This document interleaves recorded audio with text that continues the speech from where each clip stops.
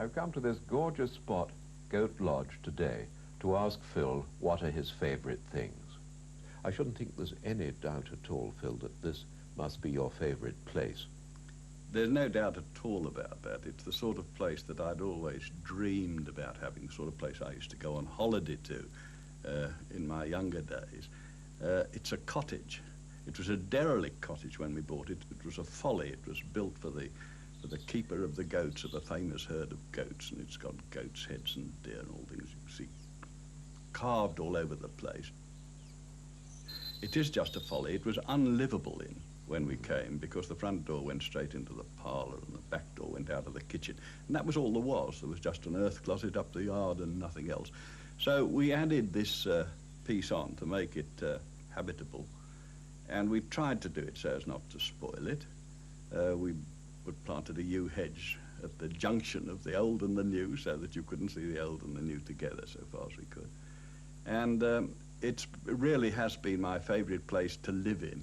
And outside here we can look straight from the windows up into the wood, and I'm a very, very keen naturalist, and woodland's a marvellous place for any naturalist, you know. And I really learnt my natural history the wrong side of the bedclothes, because my father was a family doctor with a mining practice and just on the edge of the Black Country. And I grew up with a lot of good colliers who were marvellous poachers, and they taught me my natural history. And I think my favourite chap of the whole lot, he wasn't a miner, he was a professional rat catcher. He'd be a pest officer or something now. But he was a marvellous bloke, old Hairy Kelly. Hairy Kelly.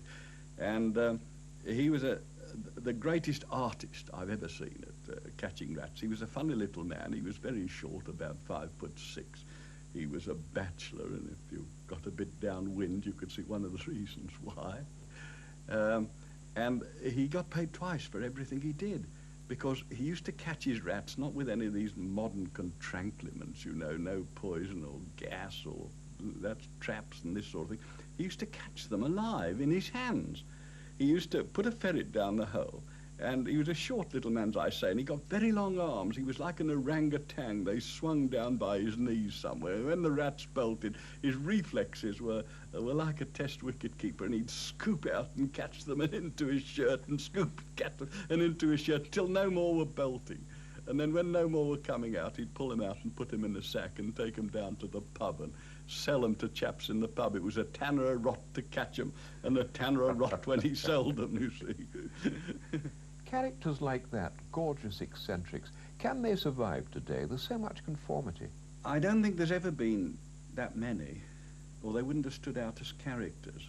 And I personally think that there are about as many still, because I still meet them.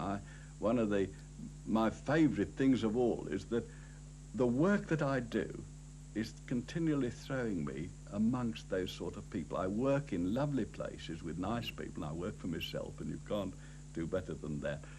And the sort of people that I so enjoy were the sort of people that go up to Appleby Fair up in Cumbria. They have a marvellous annual fair there, which really is a gypsy fair. Up above the town of Appleby, there is a field where they hold the fair. And gypsies and scrap tatters and all sorts of people converge from all over the country here for the fair. It lasts for the inside of a week. And they come from all over the country, from Scotland. They call them the Heather Men up in Scotland, right down into below London. And they camp out here. And they really come to sell their horses. It's a trading fair, and they come to sell their horses. And it's most extraordinary because they don't trust banks or anything like that. They carry their wealth with them. And you get the old barrel-type, conventional, traditional caravans, and you get the new, real gin and chromium ones. They're 30 foot long, and they'll cost 30 grand, they'll tell you. They work in grands, £1,000 a grand. And these vans will cost 30 grand. And when you go inside, the treasures that they've got in these vans, absolutely marvellous. Marvellous, marvellous pottery and china that they have. Only the very, very best.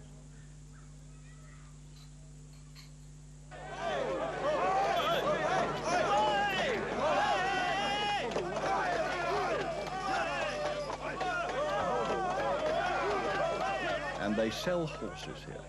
And the way they sell them has gone on for centuries. They don't have auctioneers running it up. They bargain with each other. And I will be trying to sell you a horse. You'll say, no, he ain't worth that much. And I'll say, oh, he is worth that much. And when we're getting near, we slap hands, you see. And then, no, we're not going to accept that. And to watch this bargaining is absolutely marvellous. And they really get excited about this.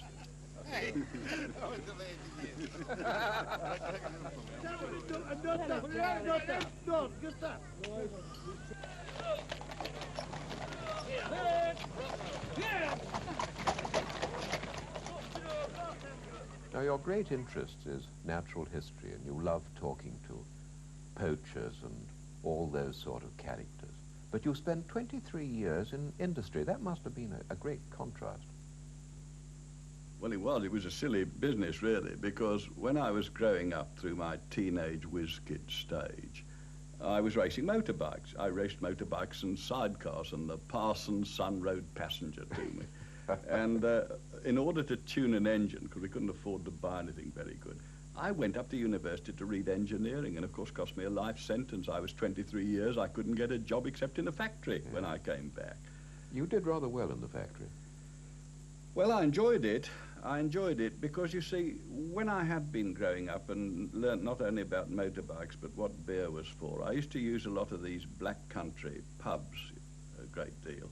And I got to know these chaps, and a lot of them were very great craftsmen as well as great sportsmen. I knew all the bull terrier and whippet and game fowl men. They didn't keep game fowl for laying eggs in those days, I might say. And you see, knowing these chaps intimately like this, when I came to work in industry, I was on beam with the chaps on the shop floor. We spoke the same language. We had great mutual respect. Phil, you're very much a countryman, but you have to go to London occasionally. Is there anything about metropolitan life that you really approve of and enjoy? Well, when I've finished work, I very often take Jess up with me, and we do like to spend the evening and go to a real first-class musical. You know, there's nowhere in the world to see a musical like on the London stage.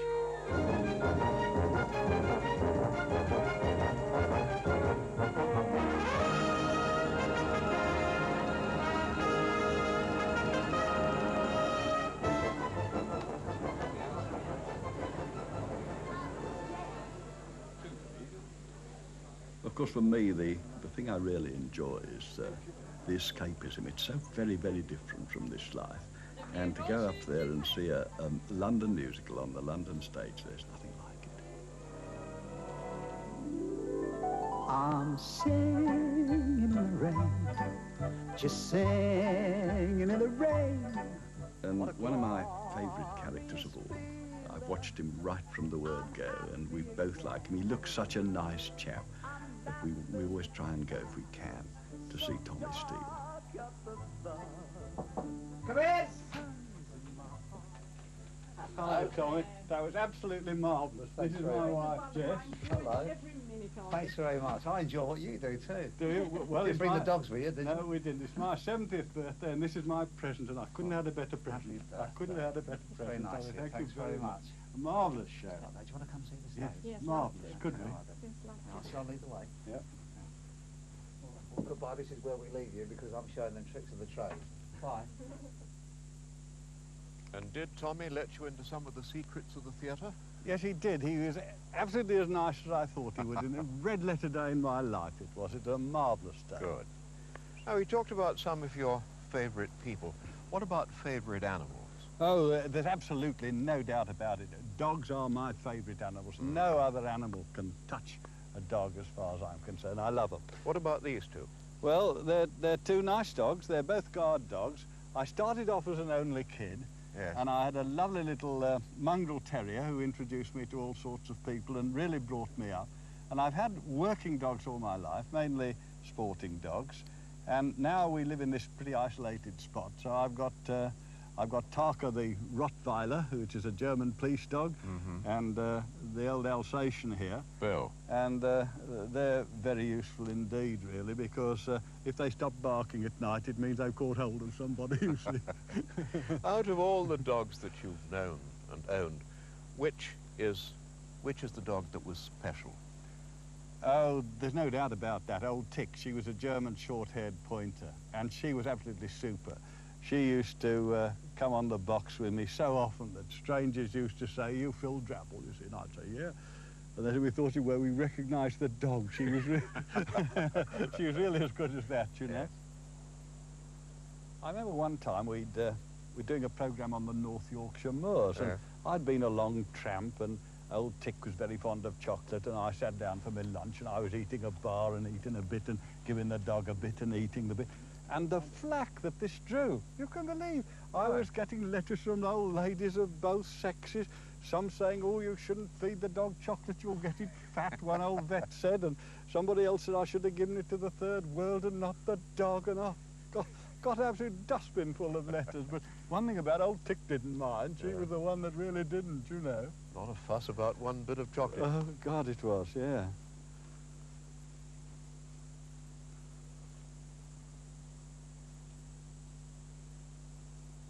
Phil, you've told us that dogs are your very favourite animals, but you've worked or trained or lived with most of the animals native to these islands, wild as well as domestic. I have indeed. It's the whole object of this reserve, really. This particular bit here is one of my very favourite bits. It's a lovely thick bit of cover that's very good for small birds. Yes. But really and truly, I specialised on animals more than birds, on mammals, and I've had an enormous amount of mammals that I've tamed as well as a lot that I've let go. I remember I had a wonderful tame weasel. I wrote a book about it called The Weasel in My Meat Safe. And I had a tame stoat. I've got them on my study walls, and this stoat sitting on my shoulder. I'm totally proud of that picture because not very many people have tamed stoats. And I've had muntjac and foxes and all sorts of creatures. But I think that my favourite of all the lot have always been badgers. Well, this is one shot I'm particularly proud of because it's a badger at the window, not trying to escape, but trying to get in and see me. He's coming in from the wood. And it's one that I hand-reared on the bottle, and I established in a set by the house. He lived in a set by the house for 5 years. He came and went freely into the wood for 5 years, and I learnt a very great deal from him, and he was as tame as a dog. I was very, very fond of him indeed. Of course, you were concerned with a pioneer television series using infrared light.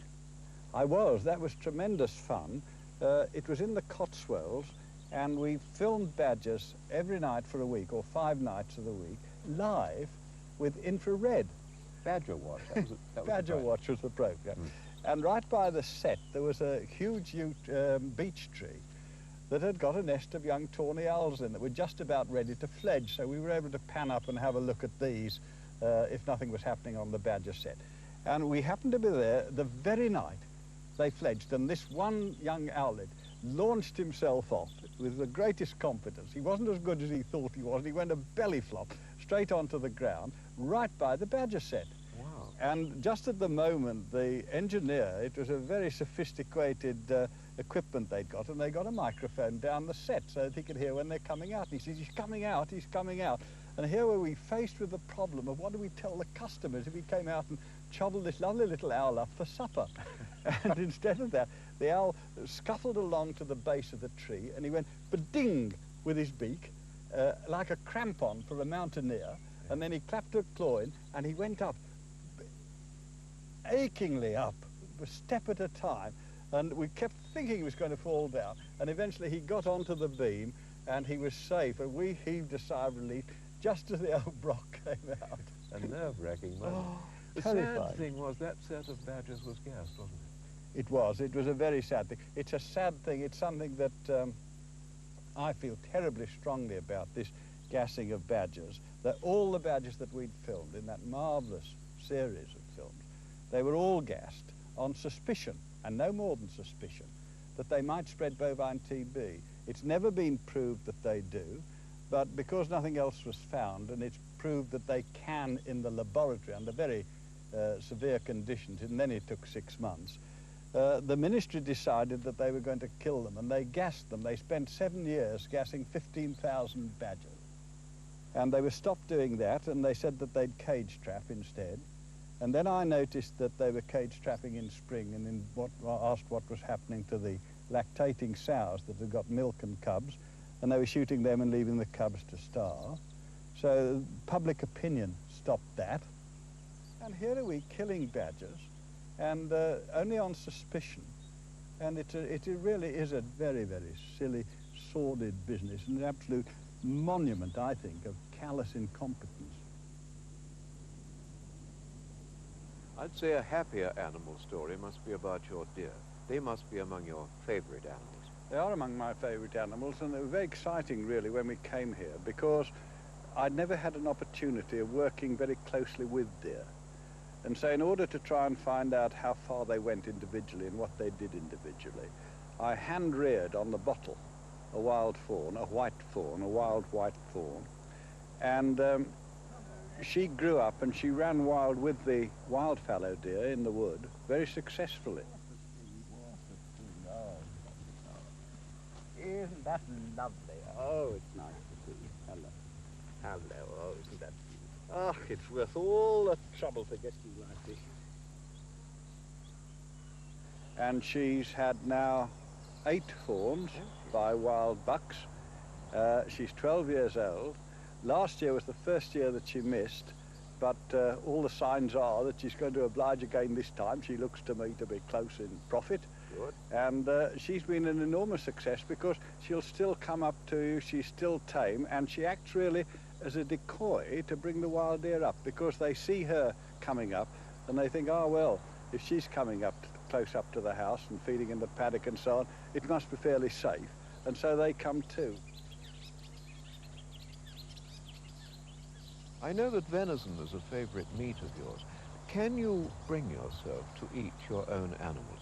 Your deer, for example? Yes, I can. I'm a pretty practical countryman, really, and as far as the deer go, for example, in the wood, if we left them to themselves, their population would so increase that they would eat all the available food. They'd eat themselves out of house and home. And so it's necessary to remove part of the herd every year, about 15%. It expands every year.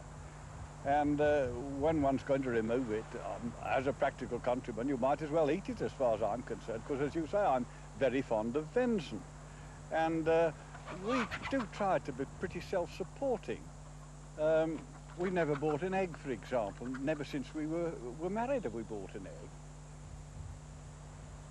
And we got a pair of Canada geese that nest on the island, and I let them nest, and then I nicked their eggs and put some ordinary goose eggs under, and they reared me my Christmas dinner last year. So that it's quite successful, really.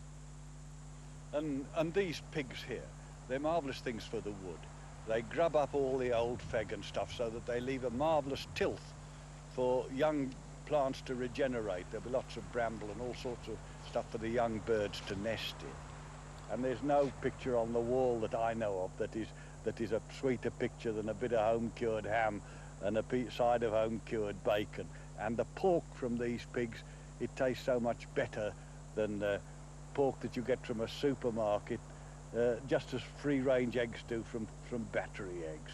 And I never mind eating them at all, because, you know, they've had a marvellous life. They've had a lovely, dignified life here. They've lived well, they've fed well, they've lived naturally, and they die suddenly. So I see nothing wrong in enjoying eating them as a reward for that. Not all your time is spent on running the land. You also have a busy and successful career as a writer, writing of English country ways and the land. I do, and I spend, I think it seems more than half my life in this, my study, which is my favourite room, I think. And, with a gorgeous view. Yep. I've cut these radial rides through the wood so that when I'm sitting at my desk, whenever I look up, I can see deer and all sorts of things crossing the rides, and I know, therefore, where to go if I want to see something, or where to avoid if I don't want to disturb it. And it's a marvellous, quiet and tranquil place to sit and do some work. Mm-hmm. And round my walls, it's a very personal place too, because I put up mementos of my favourite people on the walls, the people that in the main that I've met through working, because again, my work is my pleasure, so Yes, it is of great course, fun. yes. Pictures of friends. A rogues gallery. A rogues gallery, indeed. There are some right rogues amongst them, but I'm not going to decide which is which. Of course, not all your work is done at home, Phil. You get about the country quite a lot. For television, for example. Yes, in a way, I get about more than I'd like because I'm not a born traveller and I need a passport far from home. But I have seen some marvellous country on the whole series of One Man and His Dog. We've been to Wales and Scotland and North Yorkshire and the Lake District, but it's all been wild country. And this time, we've come to something that's really different because it's my very favourite country. It is Chatsworth, the ancestral home of the Dukes and Duchess of Devonshire, and it's man-made scenery because all these trees and this parkland didn't happen by accident. It happened by design. And I enjoy it so much, and wouldn't have seen any of it without the programme One Man and His Dog. Is my very favourite programme. That's your very favourite. What's so special about that? Well, I love to see excellence of any sort, and coming out on these sort of programmes, you see the best shepherds in the world, and they're delightful people to watch. The skills are absolutely marvellous, and the sort of collaboration between them and their dogs is almost telepathic. This is a pretty big enterprise. Lots of equipment, lots of people. Quite a lot going on.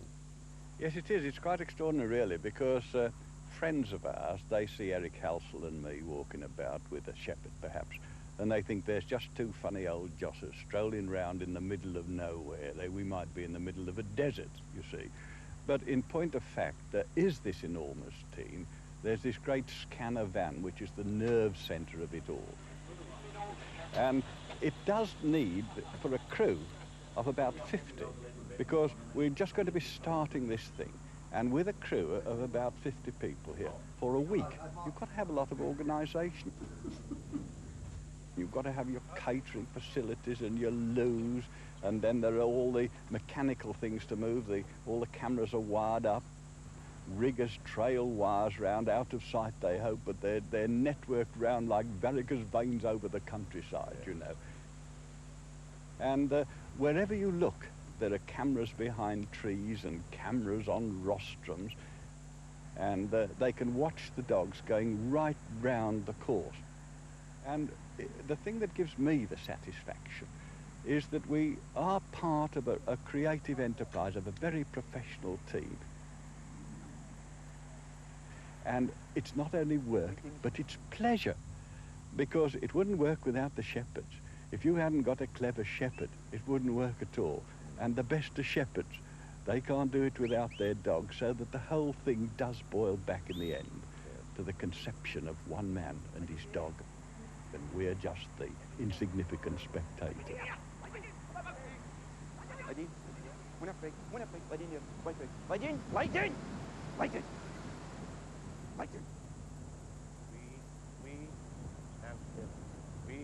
Stand still. With writing and television and a bit of lecturing, you have a very varied life. I do, but I've had one constant theme that's threaded, it seems, all the way through it, really, and that's Jess, my wife. She'd probably get cross if I called her a favourite thing, you know, but I have had her for a long time. We've been married for 45 years, and my old man was their family doctor, and I went to kids' parties at their house 20 years before we were married. So I reckon she's really been a favourite thing for 65 out of my 70 years pretty well. And if things have gone badly and I made a porridge of something, she'll always heave me out of the muck, and if things have gone well, we share the pleasures, so that we have had a marvellous life together. And I suppose really she must know me almost better than I know myself. Jess, if I were to ask you what you think Phil's favourite things are, what would you say? Well, I think, first of all, I would say sleep. Sleep, yes. And then secondly, chocolate. Any particular kind of chocolate? Well, I think he prefers fruit and nut, but I think any kind of chocolate. At any time of day or night? Yes, especially in the car on long journeys. This lovely garden we're standing in at the moment, this is your special province, isn't it? It is. I love it. And I made it. Yes. And I still work hard in it. I used to have a lot of trouble when we first had it because all Phil's animals used to be able to get in, all his favourite things, and now he's fenced them off, so I don't have that trouble. His favourite things used to trample all over your favourite things. They did, yes. Does gardening interest you, Phil? Yes, it does, but my type of gardening's on a slightly larger scale. Yes. My type of gardening's out here in the wood, and what I try to do as much as I can is to produce as much variety of habitat as possible, both food plants and cover plants, so that we attract as many different species of both birds and animals as possible. And we garden the whole estate, and it really does work quite well, I think. I think the indication of that is the herons.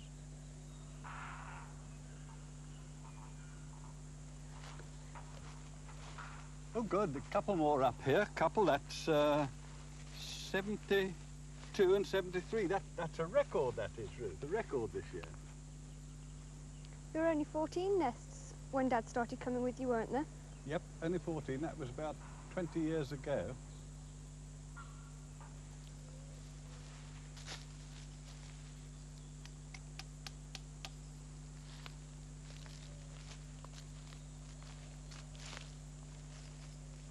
"90 acres. Do you have any help?" No, I don't. I just have a chap half a day a week who does a bit of the logging and mows the lawns, but I don't have any help in the wood because I really do try and keep that myself with the aid of my old tractor.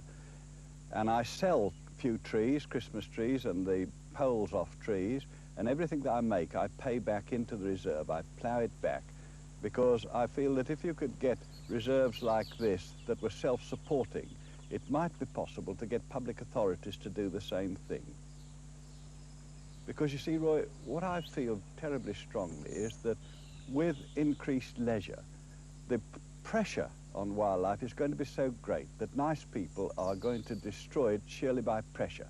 And if you could have a few reserves like this that aren't open to the public, that are reserves, if you like, for birds rather than bird watchers, it would still benefit the public because the surplus would overspill where they could enjoy them. And if there's one thing that I would like to be remembered for if I tumble off my perch, is that I was the chap who pioneered the idea of something that would give seclusion to wildlife and pleasure to people who enjoyed with the surplus that spilled over for them to see.